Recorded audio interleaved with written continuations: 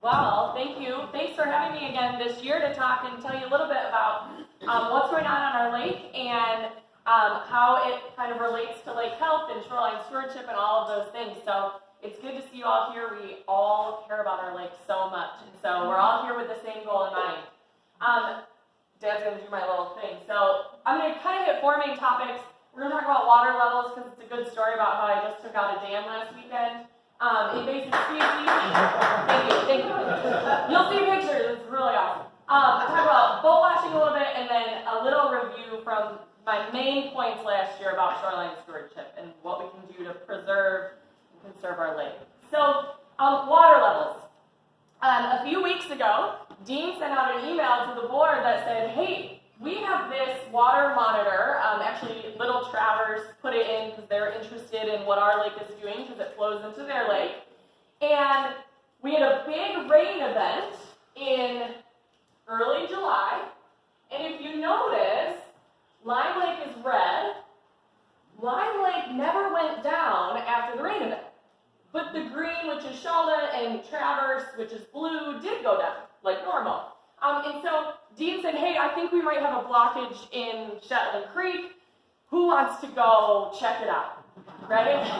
Any volunteers? Any volunteers? Crickets? No. So we went, and I have very adventuresome friends and husband, and I convinced them to all go with me, along with our friend's 7-year-old son.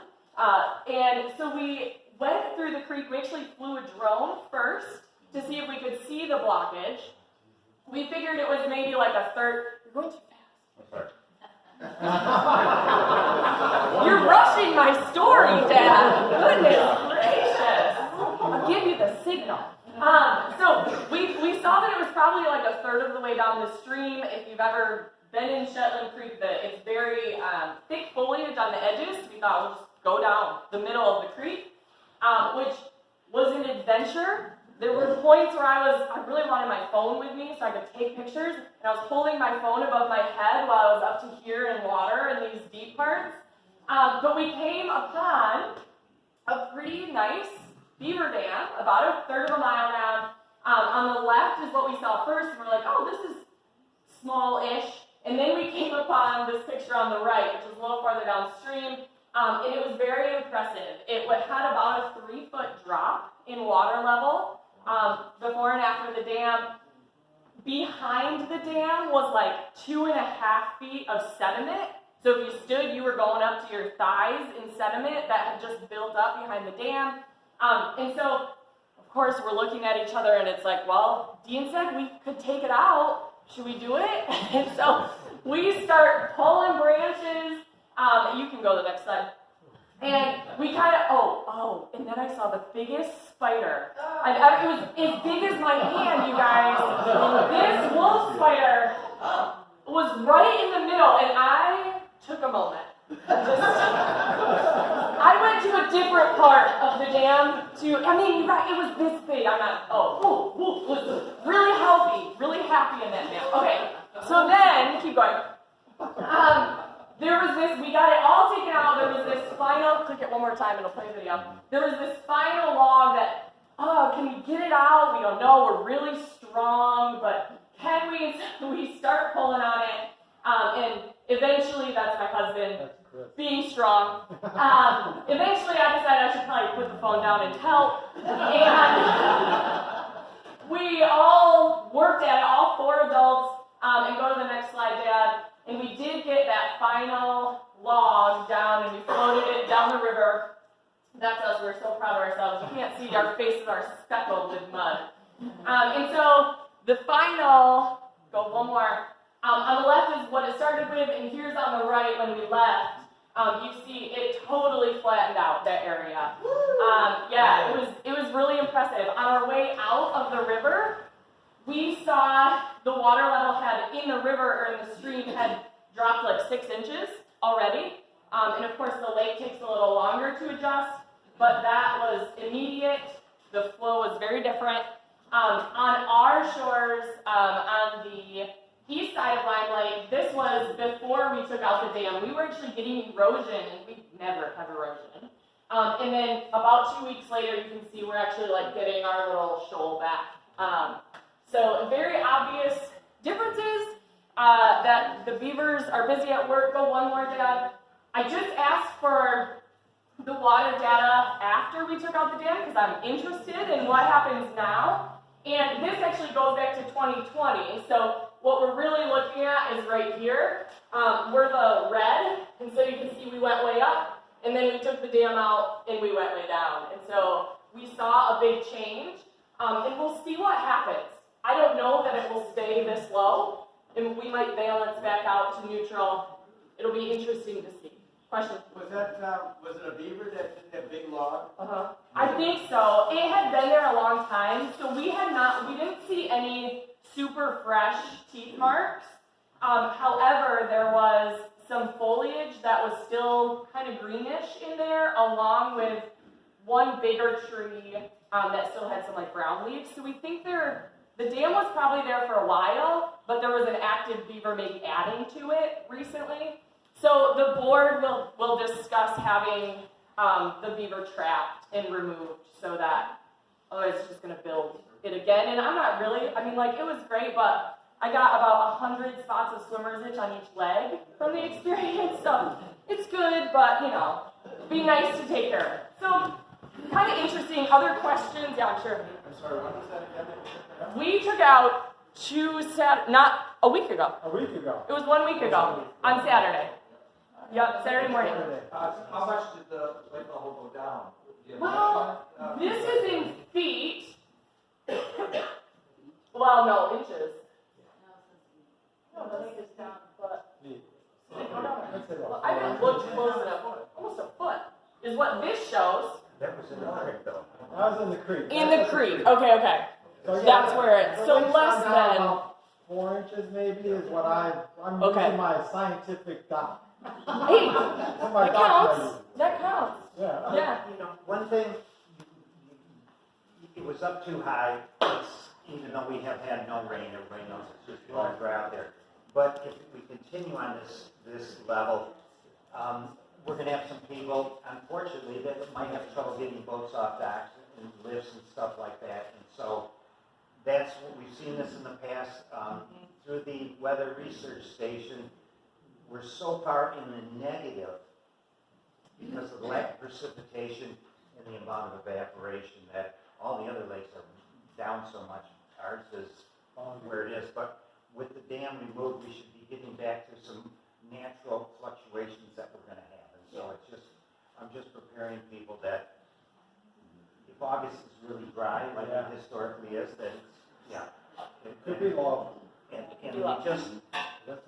we just want people to make sure that nobody decides to take it upon themselves to try to alter the lake level by being a beaver, building a beaver dam, or disturbing the rocks at the rock pile. Yep. So if everybody's stewards watching, especially the rock pile, we've had trouble in the past years ago where the lake would go down. People are concerned. Sugar Bay Lane seems to get the worst of it because just what happens, it's shallow there. And people have gone down and thought they could put some more rocks in, increase the lake level, and it just screws up everything. Because then in October the water goes out, and Mark and I are down there throwing rocks. Yeah.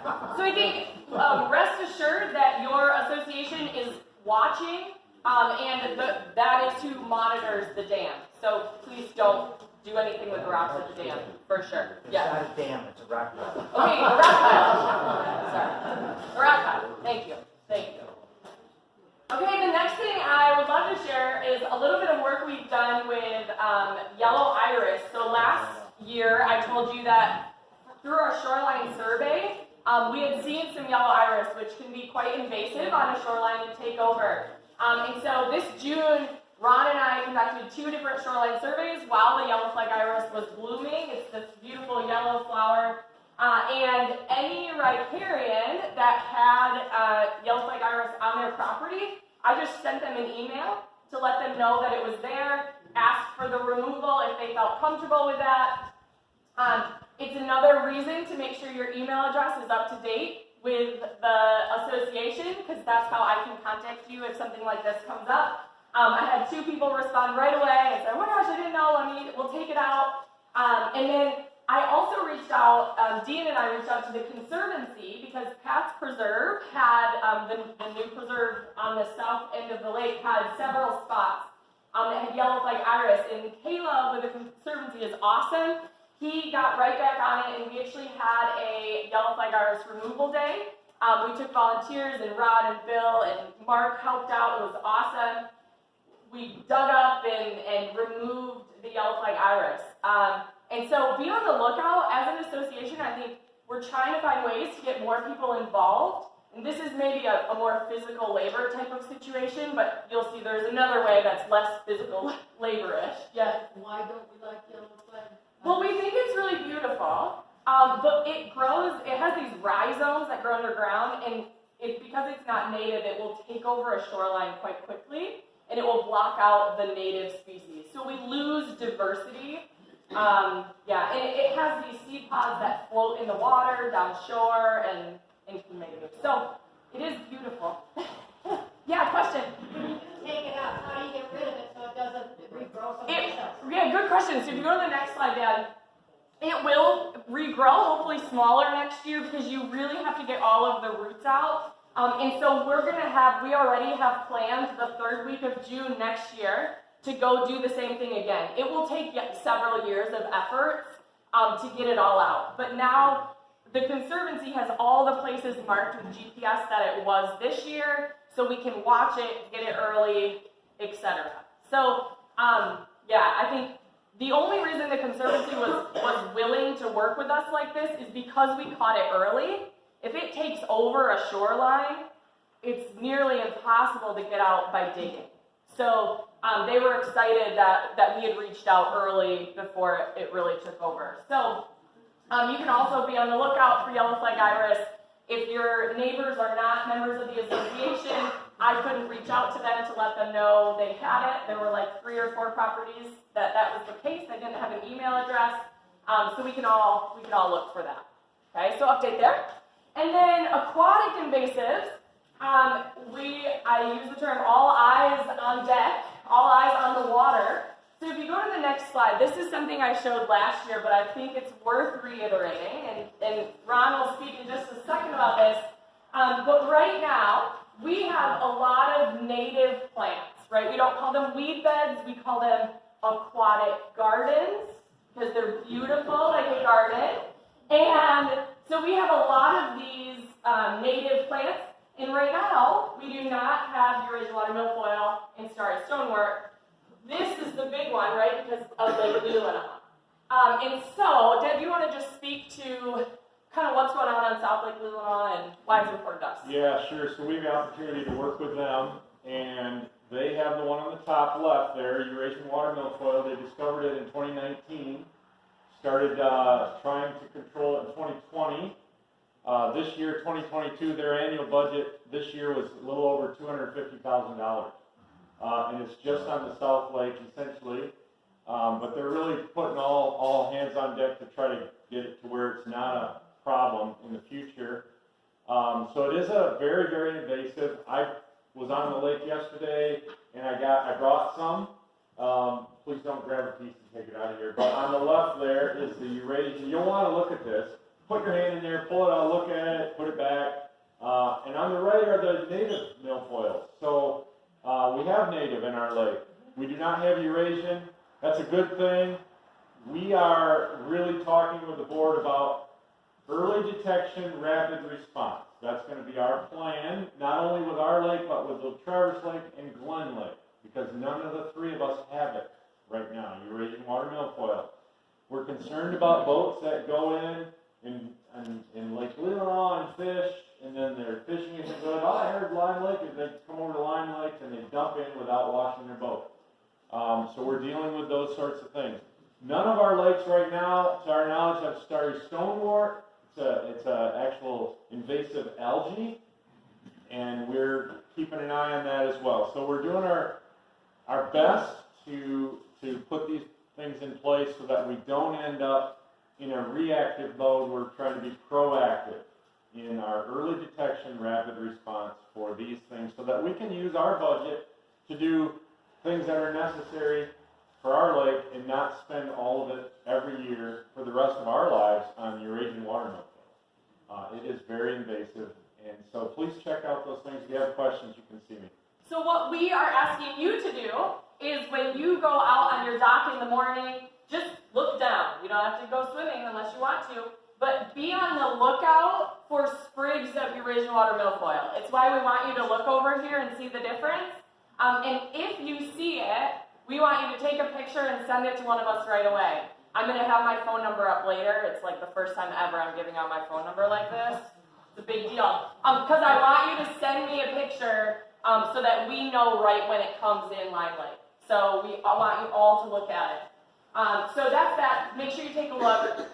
We're still preparing and trying to make sure we know what's going on with aquatic invasives. And speaking of having people text us and email us, it's becoming more common, and we love that, with differences on the lake. And so one thing that happened earlier this spring, maybe you noticed it, well, it was early summer, was a huge algal bloom on the south end of the lake, right, kind of out in front of Pat's Preserve. If you go to the next slide and hit it twice, Hold on 1 second. So some of you are a little cautious about sending a picture from your phone because I don't want to look stupid. Maybe this is the native one. Do it anyway.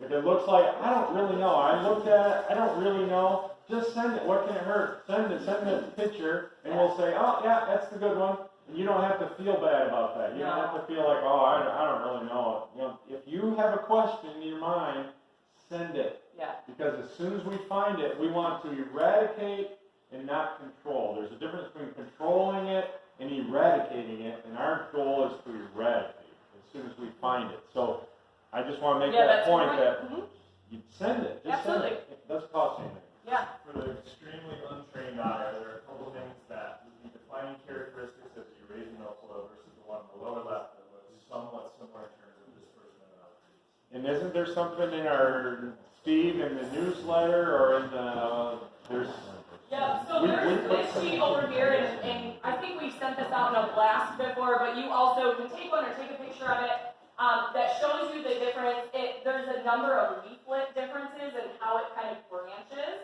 But I think if you look at these and feel them in here, you'll feel the difference. The Eurasian water milfoil is like heftier. Yeah, and has some more spaced out. That's a good question, though. So check it out. Steve will send another e-blast maybe with it because there's interest, and there should be interest. Absolutely. And again, I want to reiterate what Kelsey said. You don't have, just every time you walk on your dock, look along the shore for spray. Oh, that blew up. Oh, let's go look at it. Takes you a minute. If you have a question, just take a picture, send it, and then we can identify it. Take a good picture of it, and a couple pictures maybe. Just put it in your hand, whatever. And we'll let you know, because we want to know the day, we want to know the week that it came in. Do we think it's going to come in? Probably. It probably is. Why should we not have it and all these other lakes have it, right? So Long Lake has it. Crystal Lake has it. We don't have it. We think eventually it will come. We want to know when it gets here so that we can jump on it. Yeah, Okay. question? How is it eradicated? How is it eradicated? So on South Lake, do you want to speak to that real fast? Quickly, because we're working with a tribe on Lake Leelanau, non-chemical, which we support, but non-chemical treatment. We put benthic barriers down. We know it kills it then, 100%. If you apply chemicals, you're going to be doing that the rest of your life. Chemical is a control, it's not an eradication. Whereas benthic barriers, right, is the only known that we know of eradication, where it's going to be gone. You'll kill the whole thing, roots and all. Hand pulling is another method we use, but it's just a temporary thing to bring the biomass down. It'll be back next year. Some lakes are harvesting with mechanical harvesters. It comes back next year. It's just a way to control it. And again, there's a difference between eradication and control. And we're aiming for the best thing, and that's eradication. What's a benthic barrier? Yeah. Oh yeah, sorry. Benthic barrier is what we're putting in as burlap. It's a natural plant material.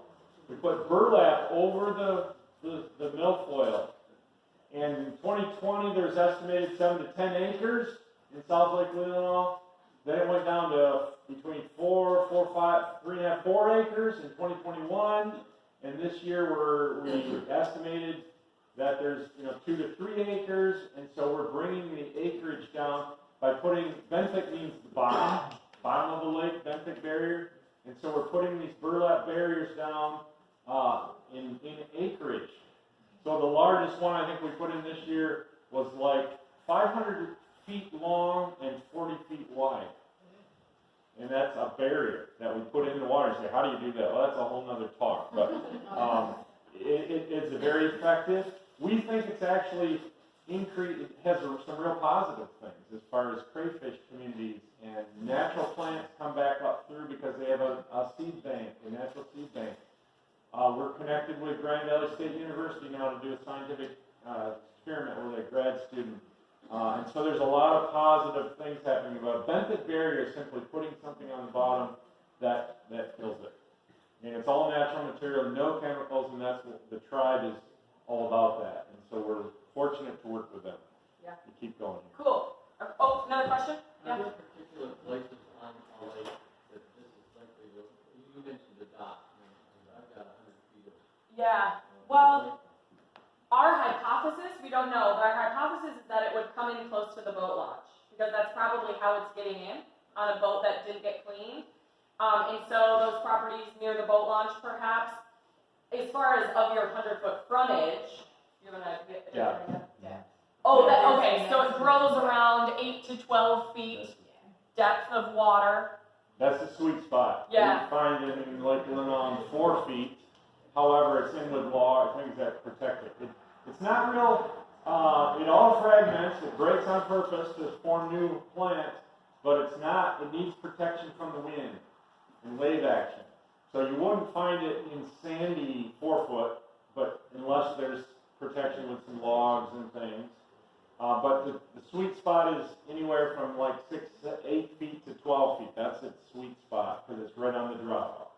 That would be an ideal spot. So when you look on your property, you're simply looking for sprigs that broke off and washed up on your shore.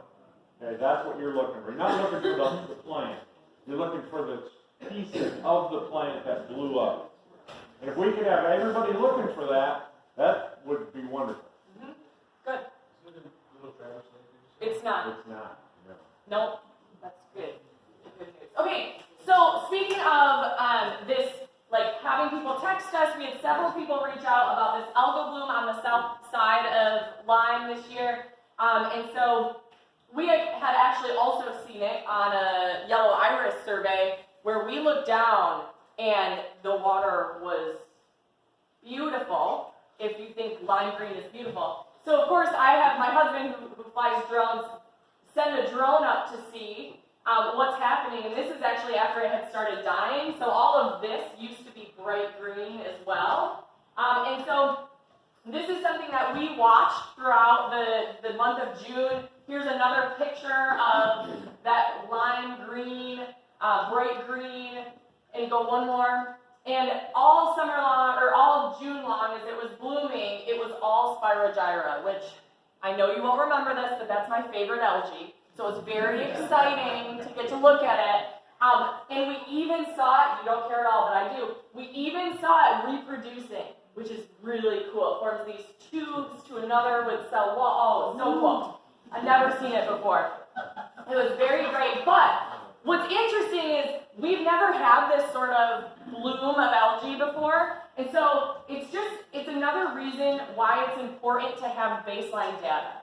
It's important that we know what algae is normally in our lake so that we can say, hey, this is unusual, and we can watch it. This year, we don't know, I reached out to the Conservancy to say, hey, do you guys do anything new?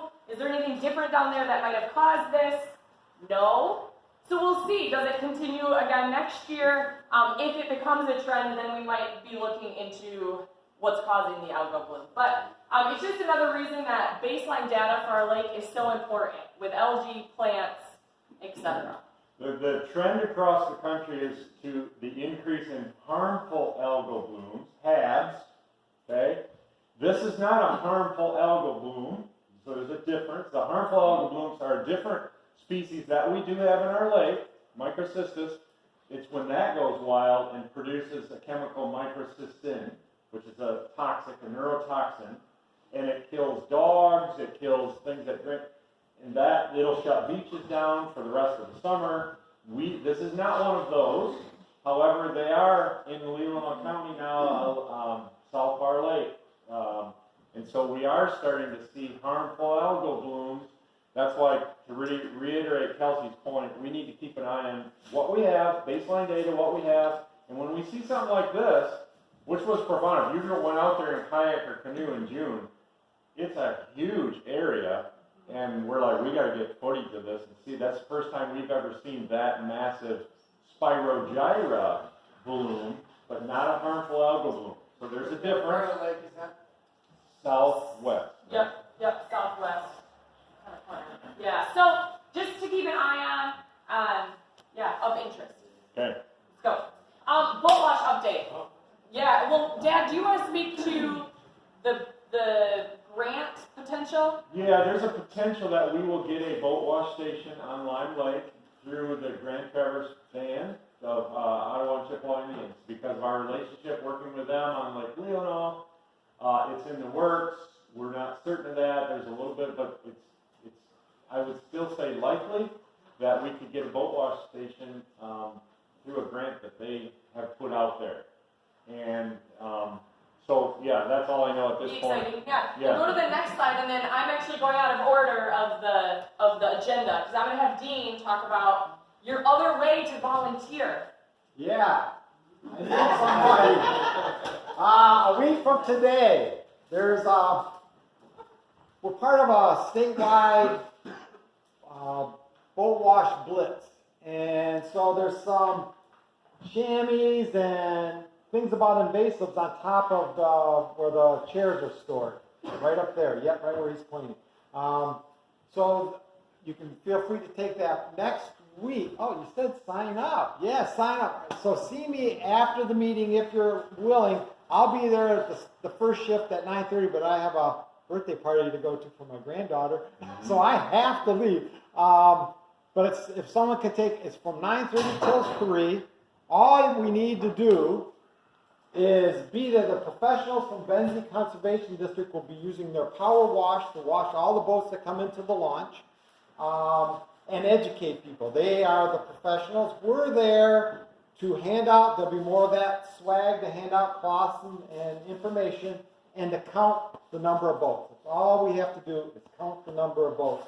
And so if you're willing to come, it's from 9:30, I'll take 9:30 to 10:30, but if someone can come after that or some few people come, take turns until 3, will be good. And I think that's all I have. Yeah, talk to me. Lisa did, as I said earlier, Lisa sent out press releases, so we're actually in the ticker for the first time, the Lime Lake Association. So we've been in the ticker. She's put it out to all kinds of outlets, and we are coordinating. This is an EAGLE program, the state of Michigan.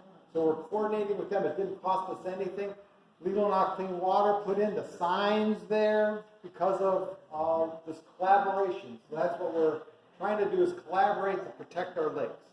Yeah, and just to bring it all back together, the reason we're doing this is so that we don't get Eurasian water milfoil, right? Because it just takes a sprig or two on somebody's motor that didn't get washed. And so we're trying to educate people who come to our lake to fish, but you should just tell people there's no fish in Lime Lake. There's no fish at all. Okay, that's the best way to go. And then, but to make sure people are looking for this and are aware. So that is the boat wash. Is that boat wash optional next Saturday? If someone pulls in, do they have to get their boat washed? No, it's optional. I mean, it's there. Yeah. It'll be offered. I just wondered, Yeah. it is state law that you have to clean, drain, and dry your boat every time you leave or before you enter a water body.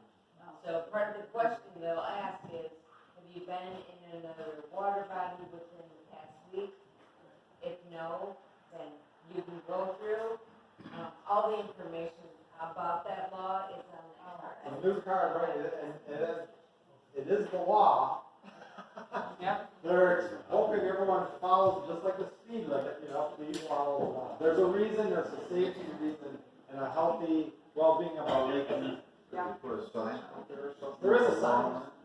It's a big. Yeah, there is a big sign. It's a big sign. That was thanks to Leola Clean Water. We have a big sign now. We have some tools to take out the drain plug and to reach into crevices and pull things out. So there's tools hanging from the sign. Last time I was there, they're still there. Good.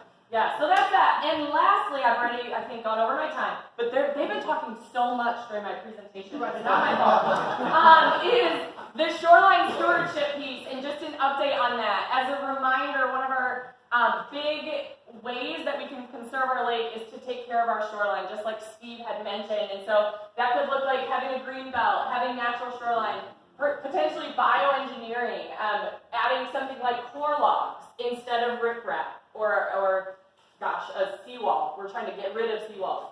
That can help you with erosion. We're trying to get rid of beach sanding. Fertilizers, other nutrients to your lawn. We would really prefer, if you want a nice green lawn, that you use a lake water irrigation system that pulls water from the lake. It has nutrients in it, puts it on your lawn, and then the lawn uses the nutrients that go back, the water goes back into your lake. And so, not adding fertilizers, those are all what we kind of consider best management practices for your shoreline. And there's a ton of reasons why we want this. Selfishly, it can reduce your erosion, and in fact, in some cases, it could build shore for you, especially, with these core logs and things. Trish knows a ton about this and has great resources if you have more questions about that. We're reducing nutrients that go into the lake. And of course, you're attracting butterflies and dragonflies and bumblebees and all the beautiful